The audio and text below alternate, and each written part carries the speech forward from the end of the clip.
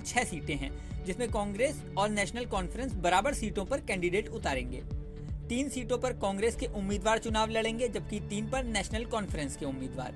इस बाबत national conference के नेता उमर अब्दुल्ला ने कहा कि उधमपुर, जम्मू कश्मीर और लद्दाख की सीट पर कांग्रेस के उम्मीदवार होंगे, वहीं अनंतनाग, बारामूला और श्रीनगर की सीट पर नेशनल कॉन्फ्रेंस अपने उम्मीदवारों को उतारने जा रही है। सुनिए उमर अब्दुल्ला की पूरी बात। मैं इस चीज़ का ऐलान करते जा रहा हूं कि नेशनल कॉन्फ्रेंस और कांग्रेस जम्मू कश्मीर लद्दाख की जो 6 सीटें हैं, यहाँ पे हम मिल के इलेक्शन लड़ेंगे। 3 सीटों पे नेशनल कॉन्फ्रेंस के उम्मीदवार होंगे और 3 सीटों पे हम कांग्रेस के उम्मीदवारों की मदद करेंगे।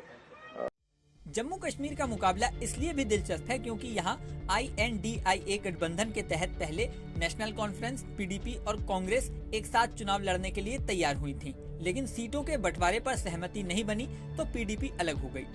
अब INDIA गठबंधन की ओर से कांग्रेस उधमपुर से लाल सिंह, जम्मू से रमन भल्ला को टिकट दे चुकी है। नेशनल कॉन्फ्रेंस अनंतनाग से प्रभावशाली गुर्जर नेता और पूर्व मंत्री मियां अल्ताफ को उम्मीदवार घोषित कर चुकी है। बाकी 3 सीटों पर उम्मीदवारों का ऐलान होना बाकी है।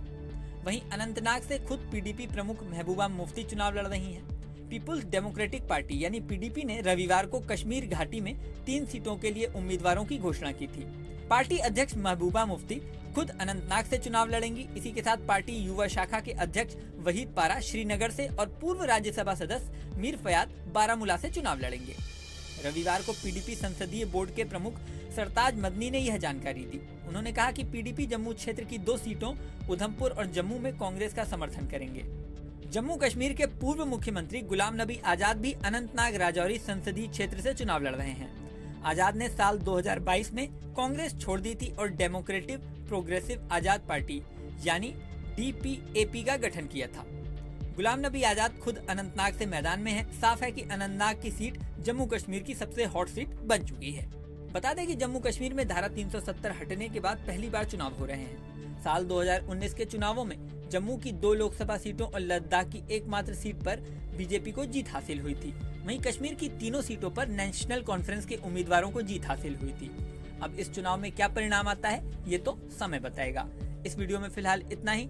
बने रहिए न्यूज नेशन के डिजिटल प्लेटफॉर्म पर। लेकिन जाने से पहले सबसे जरूरी बात, हमारे चैनल न्यूज नेशन को अगर आपने सब्सक्राइब नहीं किया है तो सब्सक्राइब कर लें। इसी के साथ स्क्रीन पर दिख रहा बेल आइकन प्रेस कर दें, जिससे हमारे नए वीडियोस